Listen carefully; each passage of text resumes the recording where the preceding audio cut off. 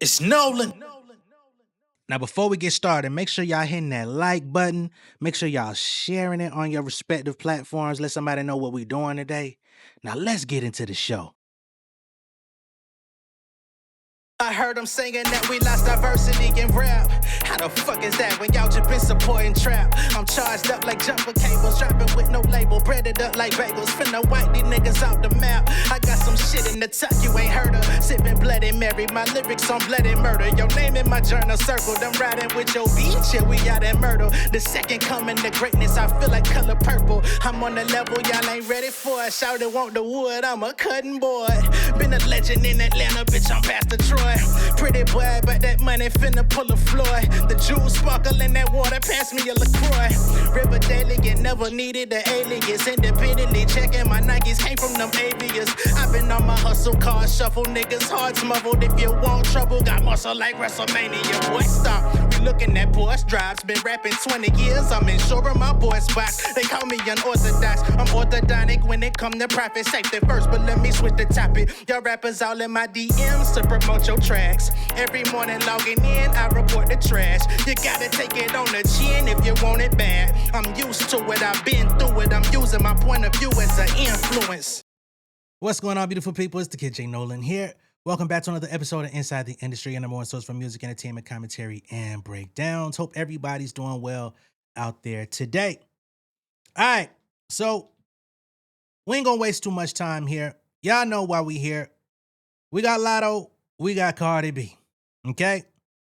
Now, of course, when Latto's album Big Mama dropped last week, the main headline that followed was, did or did not Cardi get dissed on this album? Big Mama. Okay? And it was pretty direct, right? Because, again, Cardi B had the leaked phone call where she was addressing Ice Spice. And she said, "Bitch, you know I do you up. You know what I'm saying? I ain't pussy ass Latto." Something to that effect. Right? The call ends up getting leaked online. Cardi B comes to the internet. She says, "I love Latto. I love everything about Latto. I fuck with her. I was overtaken by the moment. I apologize. I'm sorry. I'm apologizing publicly because it was leaked out publicly. And privately, I'm going to buy her a bag." Right? So we immediately got an apology from Cardi B. She didn't stand on it. She said she felt bad. She loves Latto. She hated that, it was causing turmoil. Right?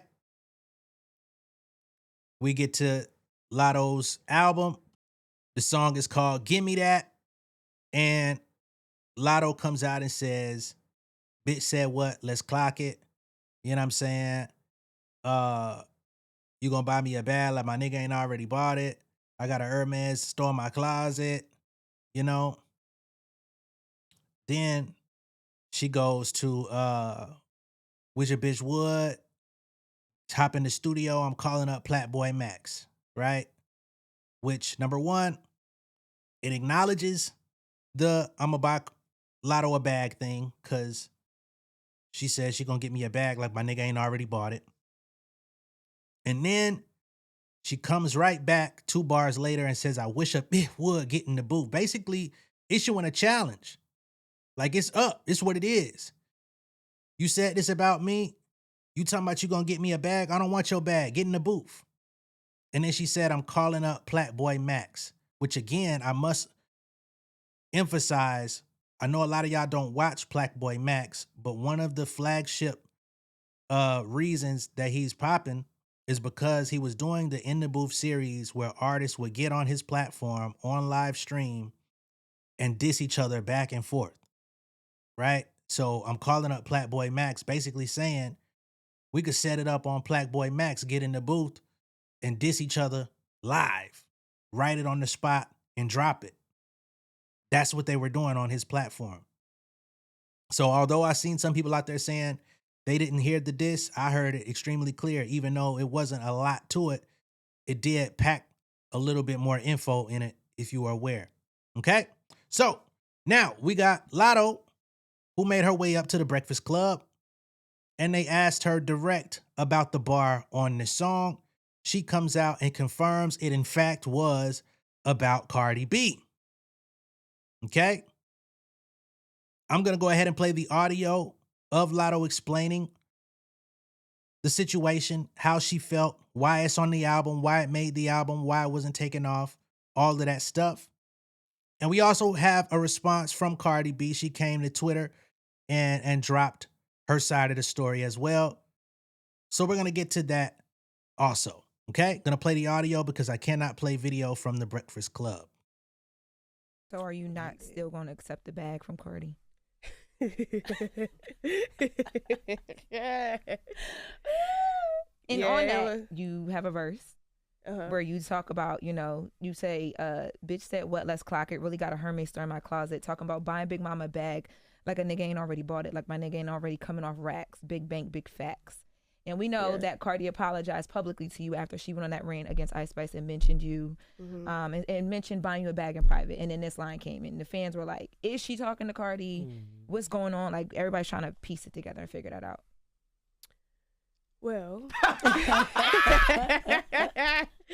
yes, yeah, it was about Cardi. Like we were saying earlier, like I rap about what's going on in my life at the moment. At the time, well, first of all, I made this album over 9 months. I made the album while I was pregnant. And I was at an early stage in my pregnancy. And I rushed to the studio to do this verse for her in time for the first week sales, whatever. And for airtime. Yeah, for the airtime remix. And literally like 2 days later, I'm all over the internet, I'm being called pussy.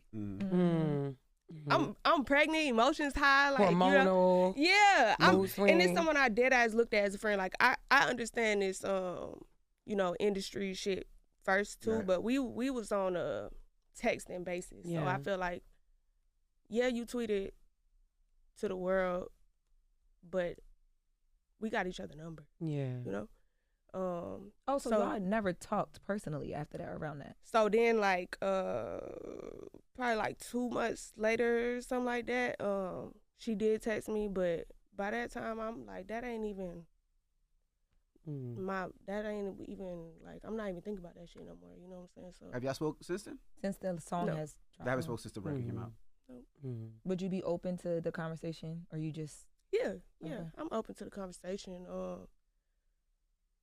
When I don't know, cause I got a baby now and some more shit. Like I got life done kept moving. But I made that like when the people just now hearing that song. But like I made that song when that was a topic in my life. It wasn't no diss. Like that's just what was happening in my life. Like it's a diss. You talking about buying Big Mama bag?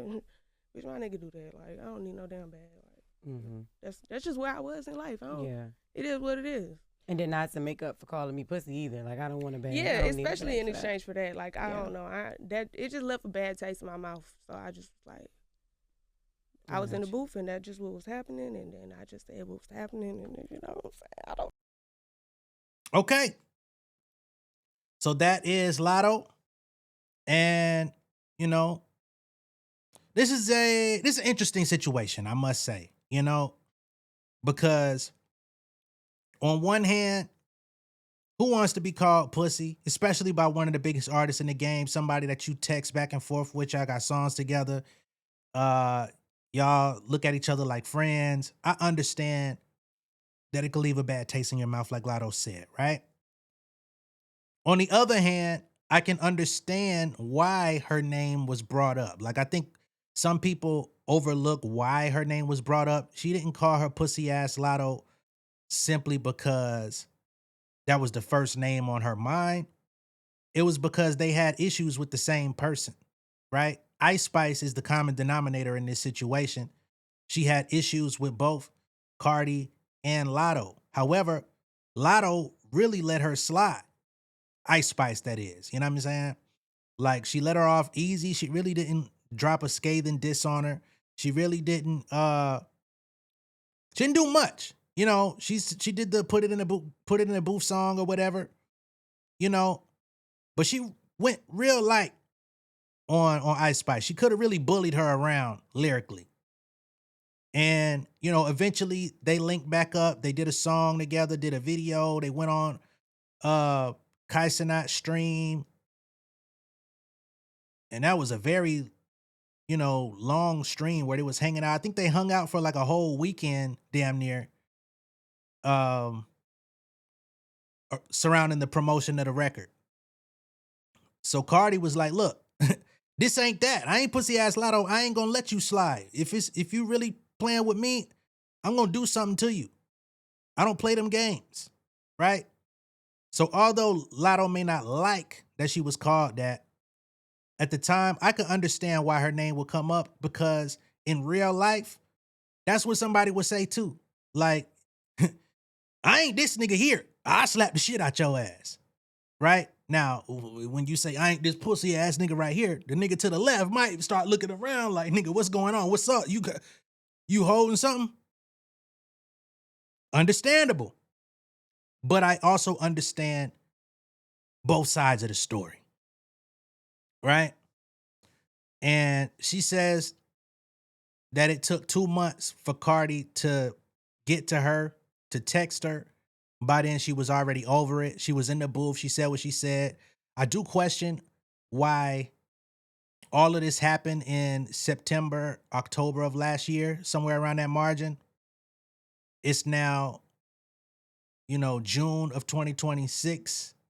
Album just dropped last week. So there was plenty of time at some point to make the decision on whether or not you wanted to keep it, if you still felt that way, if you felt like maybe I should take it out, maybe I don't want to engage in this, maybe I don't want to re-blow this situation up, because once again, it was forgotten about after Cardi had issued her apology. The public's perception of the situation was that it was dead. Now, that doesn't mean that you have to accept the apology. Let's be clear on that. I'm not saying Latto had to accept the apology. However, once you put it out there on a brand new album and it rehashes the situation, it only reopens the wound. It reopens everyone's eyes to the situation. We now start looking at it again like, oh shit, what's going on? What the fuck happened? I thought it was over. Now we got bars on the album. Is this a beef? Right? Her tone in the interview doesn't necessarily sound like it's a beef. She said, I was just in the studio, it's what happened, and I'll just talk about my life at the time. Cool, I get it. But you also said at the end of that bar, wish a bitch would get in that studio, I'm calling up Platboy Max. Basically, you've now hit the racket on the tennis court to say balls coming your way. What you gonna do with it? You know what I mean? Because now you inviting more smoke. Now, Cardi B, on the other hand, came out and issued another statement. So Cardi says, I truly understand how you feel. And that's exactly why I chose to apologize publicly, because the disrespect became public. On that call, I didn't even mean to call you that. I didn't mean any harm. There's a difference in what I said versus what I meant. What I could have said was you was too forgiving and gave too much mercy in that situation, just as I was basically saying in so many words. But of course, when you're in a argument with somebody and y'all are getting to a level of, you know, I might want to do something to you physically type shit, you're going to say it not in the most eloquent possible way. But it was a heated conversation, and I let my mouth get the best of me. When the call came out, I was 8 months pregnant, had just released my album, and was extremely overwhelmed and emotional. That's not to excuse what I said, but to let you know where I was in my head. Now, understand, both of these women, Latto and Cardi, have acknowledged their pregnancy, their hormones, their emotions, getting the best of them in both of their reactions. Cardi in her reaction to Ice Spice, Latto in her reaction in taking it all in and going in the booth. I genuinely felt bad about what happened in 2025 and 2026. I made multiple attempts to connect. I spoke with your manager, your sister, and even texted you directly to take full responsibility. I always had love and respect for you. I always wanted to make it right, but making it right looks different for the both of us. I wanted to connect with you, but you wanted to address it on your album. So at this point, it's open-ended, right? Cardi said, hey, I reached out to you. I reached out to your manager. I spoke to your sister. Apparently, my olive branch was not accepted. You didn't text me back. Your people clearly didn't, make it a priority to get us locked in. Latto said by the time she heard from Cardi, it was 2 months later, allegedly, and that she was over it. So she didn't want to have that conversation at that time. Cardi did at least attempt to have it, but I guess it wasn't in a timely enough fashion. Latto said she is open to the conversation. However, she doesn't know when, because now she got a baby and she got all this. So saying she's open to the conversation, but then saying I don't know when, that doesn't really sound like you're open to the conversation at this moment. So you're not really open to it. I guess she's basically saying I'm open to having it on my own time when I feel ready to fuck with you or speak to you, whenever that may be. Right? Cardi says, hey, I reached out to you last year. I reached out to you this year. I had love and respect for you. I think that had piece is very key in this exchange. I always had love and respect for you. I always wanted to make it right. This is all past tense, but making it right looks different for the both of us. I wanted to connect with you, but you wanted to address it on your album, right? So this could very well be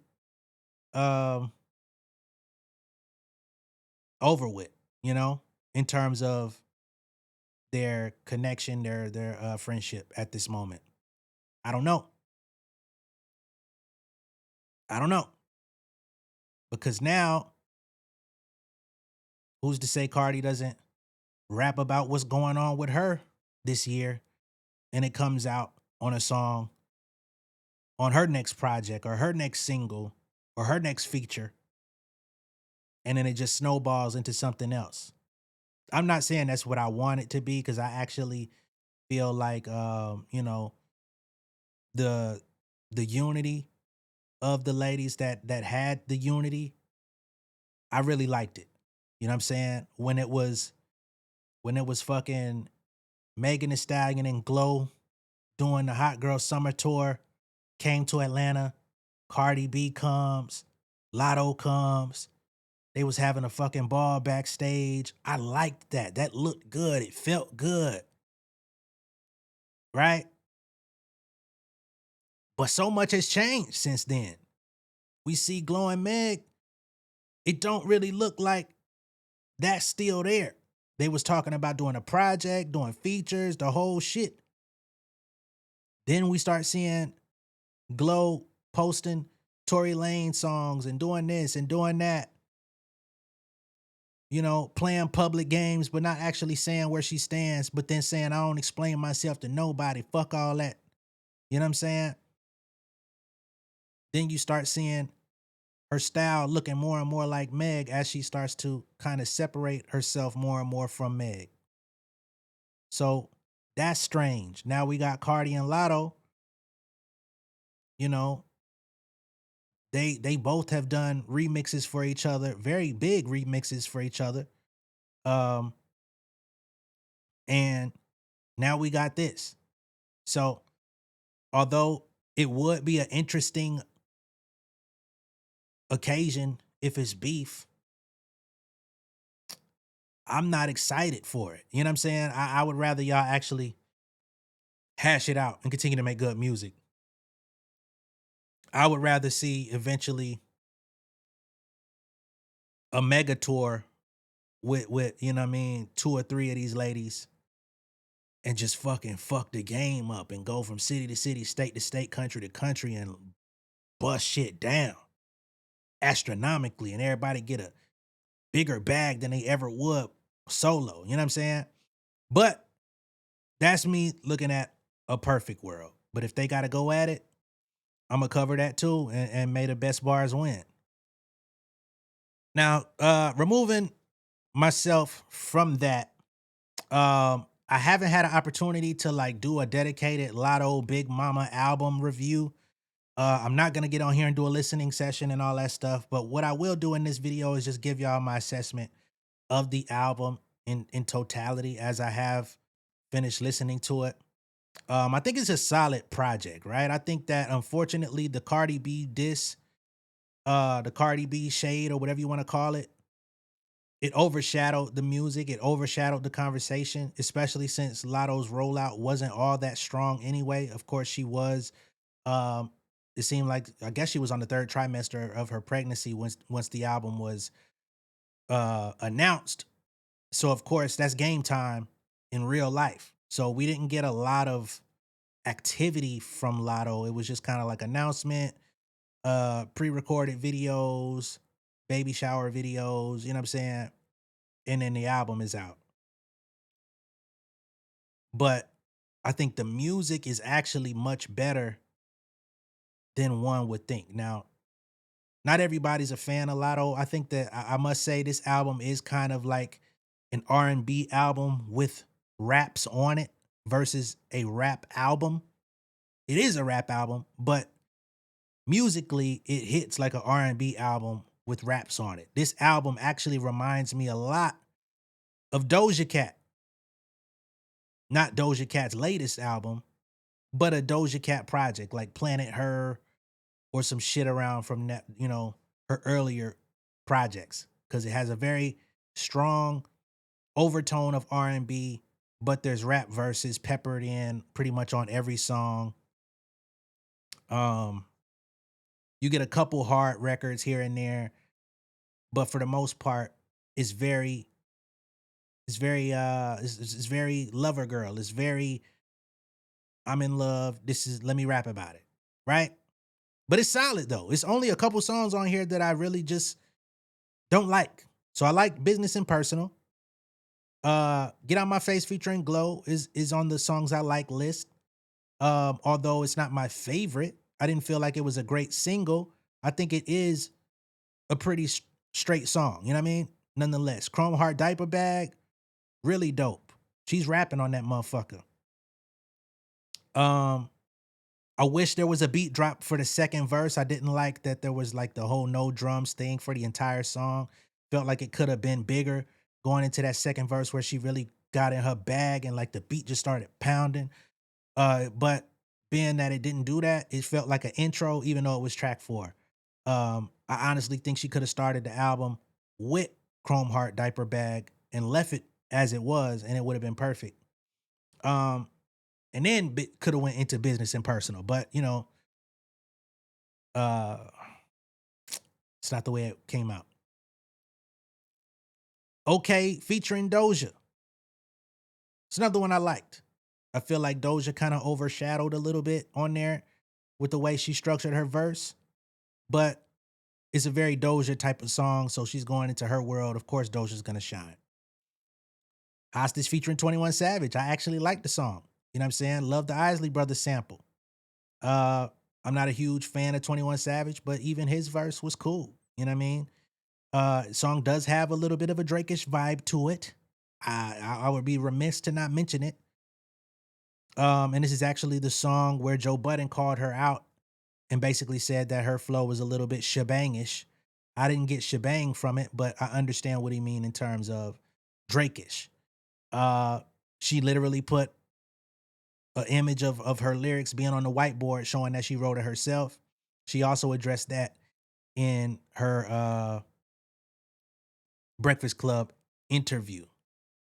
And I'm sure she probably doesn't like Joe Budden, you know, having harsh things to say about her because he, you know, a few years ago, he did an interview with Latto on his pull-up series, if I'm not mistaken. And, you know, he was slobbing at that time. Like he was acting like she was his favorite rapper at the time, damn near. Death Row. I like the beat. I think she sounds good. I wish that song was a little longer. I wish there was a second verse on that one. especially with a song like Death Row, the title. I would have liked a little bit of crazy on a second verse. Like, okay, yeah, love, love, love. I'm holding you down, death row, death row. But also, death row is, nigga, if you fuck this situation up, just remember, I'm gonna burn this motherfucker down. Just so you know, this death row over here with me too. You know what I mean? But she didn't do that. On that, it's a pretty prototypical Latto song. Hook is meh, but overall it's cool. You got Gimme That, the record that Cardi B caught the shot in. Still a cool song. I like the R&B vibe. Fallen, once again, reminds me of a Doja Cat song. When it first came on, I wasn't really crazy about the alternative sound, but as the song progressed, I liked it. And she caught some really cool pockets with her rhyme schemes and stuff on there that I ended up fucking with. Funny enough, the background vocals on there, they kind of remind me of Nicki Minaj when she be trying to sing. That part did throw me off for a loop a little bit. Shit made me chuckle, but then I moved on. Okay, Make Me featuring Mariah the Scientist. I actually really like that sound. It's got that 2000 R&B, Dark Child vibe. They sound good together. Anxious featuring O'Deal and WizKid. Like the production. I like the feature. Again, gives you that same kind of 2000s R&B vibe. She's really been leaning into that. For L for Life featuring Tiana Taylor. Similar sound. This one addresses, being ready to go public with 21 Savage. Imagine us being in the news headline, all that different type of shit. Makes sense. She goes into some of the background of the relationship. She won her first Grammy through him, and he held her down, all that stuff. Then you got Daddy's Girl Interlude. I thought this one was a really cool song where she addresses the fallout with her dad and basically saying, he kind of left her abandoned, and now she's kind of left, like she lost her protector, and therefore she's leaning on her man for that feeling. Kind of hate that, but it is what it is. And of course, she fired her dad as her manager a few years ago. Now, the songs that I'm cool on, the songs that I really ain't gonna be playing like that. Get Money Girl, okay?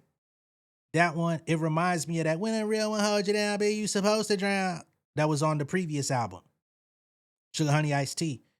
But then the rap sounds like Gucci Mane. You know what I mean? And I know Gucci's one of her favorite rappers, so it's understood. But at the same time, I was just like, I'm cool on that. Need Love 2 featuring Sexy Red. I'm cool on that. I'm cool on anything with Sexy Red on it. But then the song reminds me of that Sheck West song that everybody was on a couple years ago too. So it was just kind of like, old trend, government mandated Sexy Red feature. I'm good. Another song I'm cool on is Naked, which isn't necessarily a bad song, but it's also it just received a negative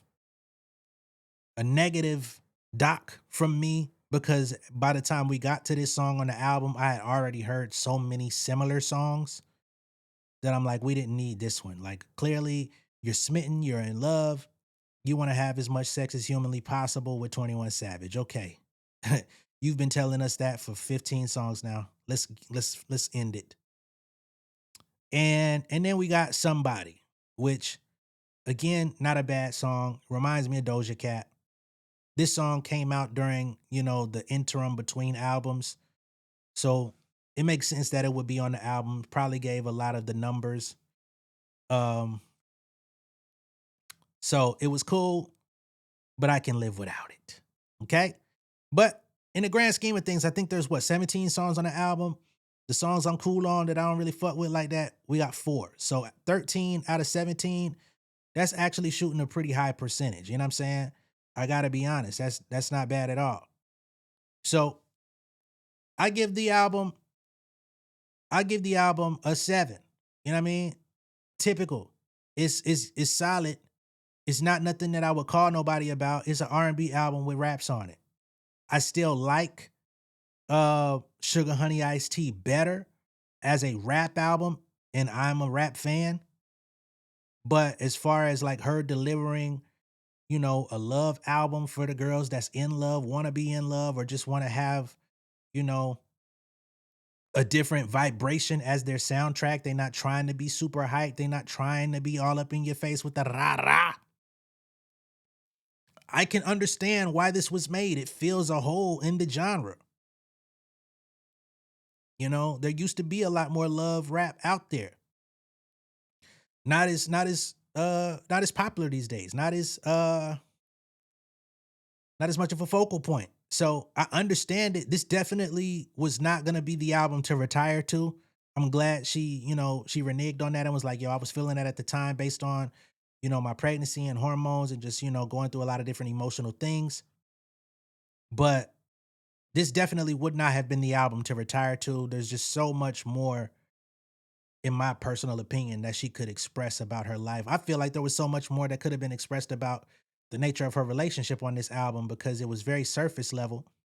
But, you know, everybody's not willing to be vulnerable to that degree. You know, maybe you got to peel it back in layers. I don't think by the time the next album hits, we're going to really want to hear that. No way. But, you know, it is what it is. So, solid album. I like the sound. I like the vibe of it. But is it necessarily for me? No. You know what I mean? It has the aesthetic that I understand. And again, I feel like it's for a certain type of person or a certain type of vibe. You know what I mean? But do I really exist in that vibe? Not really. You know what I mean? But it ain't bad. I think it's worth a listen. If you haven't heard it, it's worth a listen.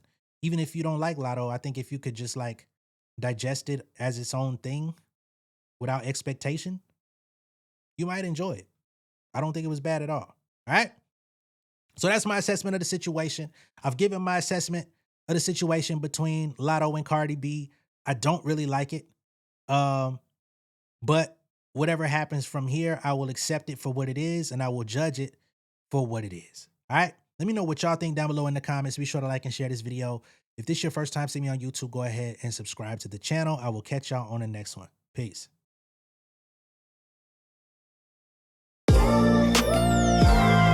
Yeah, family over fame in this bitch, yeah.